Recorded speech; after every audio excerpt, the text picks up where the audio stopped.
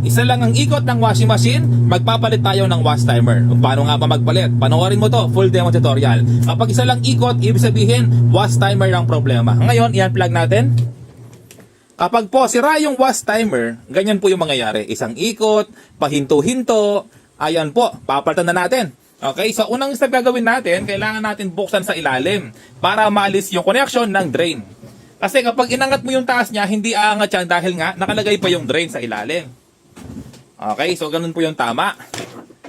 Pwede mong share yung video para hindi mo makalimutan habang nagpapalit ka ng wash timer. At least meron kang idea na pinapanood. Okay, so buksan na po natin yung wash timer.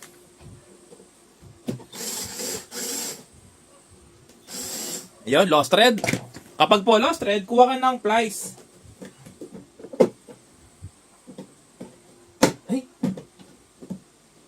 Ayan, kuha ka ng plier no, kapag lost thread.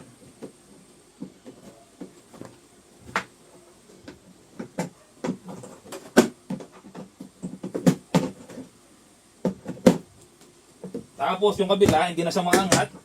Sirain na natin. Ayan no. Mga repairman, iside mo lang siya. Okay, tapos luwagan mo yung mga wire. Ito yung wire niya, luwagan mo yan. Okay, so yung drain po niya, yung drain niya wala dito, nasa gilid. Okay, basta wire lang ang luwagan mo. Tapos, bubuksan mo na rito sa taas. Ayan, no? May mga tornilyo po sa gilid dyan. So, yung dalawang tornilyo sa gilid, wala na. Inalis na.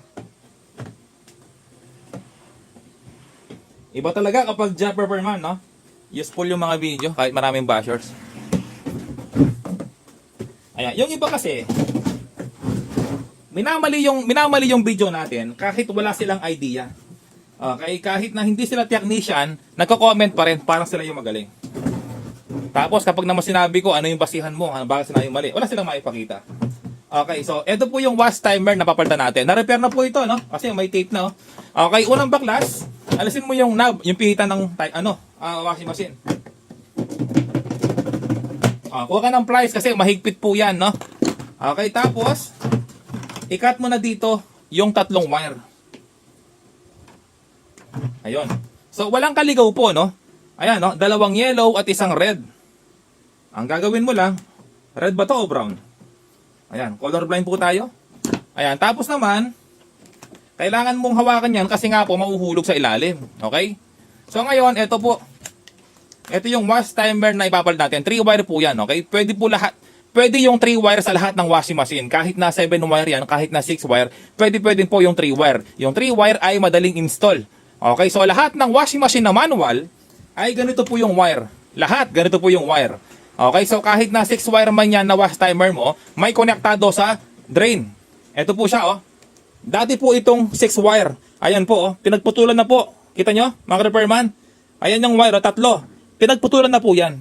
Ibig sabihin, dati pong 6 wire yan. Ayan po, inalis ginawang 3 wire, no?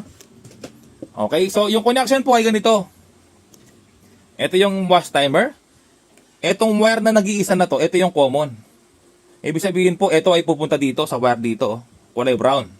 Tapos, ito naman, yung wire na magkatabi, ito yung forward tsaka reverse. Okay lang, kahit magkabaliktad, no? Pupunta naman po dito sa dalawang yellow. Okay, napakadali. So, ngayon po, lalagay na natin. Okay, so bali, ito po yung wire na nag-iisa, walang kasama. Ito, yung common. Yan, kita niyo po ba? Mas mahabang wire, mas maganda. Kasi yung dugtungan, ipapasok po sa loob dito. Yung dugtungan, wag mong ilalagay sa dito sa loob. Mali, no? Kasi kapag po may bulayan, umakyat, nabasa yung taas niya, may possible na mag-ground po kayo o makurente. Ayan, maganda po yung dugtungan nasa loob. Okay, tapos, ito yung wire na magkasama. Ayan, nahuhulog po sila, kaya inahawakan ko. Ito yung wire na magkasama, forward tsaka reverse to. Ito sila. Okay, kahit magkabaliktad, ay wala pong problema. Ayan, kahit wag kang gumamit ng soldering iron, ibuhol mo lang, i-tape mo lang, walang problema yan. Okay? So, pwede mong share yung video para hindi mo makalimutan yung pagpalit ng wash timer, no? Kahit 6 wire man yan, 7 wire man yan, pwede po sa 3 wire na ipapalit mo. Oh, tapos, lalagay mo rito, tape lang. Mas maraming electrical tape, mas maganda. Mas safe, walang ground. Ayan, no? So, ngayon, ipapasok mo ngayon yan. Excuse me po! Ayan. Walang kahit isang video mga ka-repairman. No? Ayan, ipasok mo sa loob. O, para yung dugtungan nasa loob na lang. O, ganun po, no? Tapos, alisin mo ngayon dito, yung dalawang tornilyo.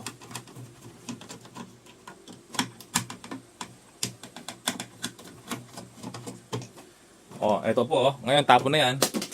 O, kung paano mo ginalas, ganun din ibabalik. Ayan po, napakadaling magpalit ng wash timer mga ka-repairman, no? Marami na naman yung mga galit sa atin yan. Wash timer po, marami na bibili sa online. 75 pesos.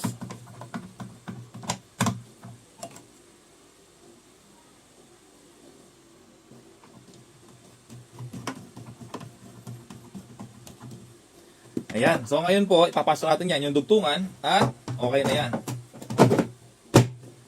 O, salpa ko yung wash timer.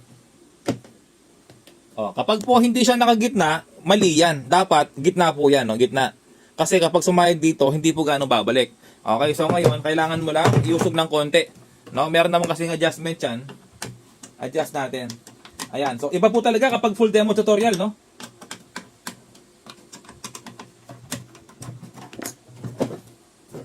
Ayan, konti pa.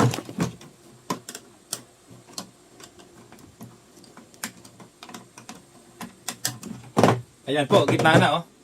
Ayan, gitna na, oh. Galing ko talaga. Ayan, so ngayon, subukan na natin kung magre-reverse na ba yan. Okay? Ayan, babalik yan. Ganun po yung ikot niya, no? Babalik yan. Babalik yan. Bumalik ka. Bumalik ka. Bumalik ka. Ayan. O yun, okay na.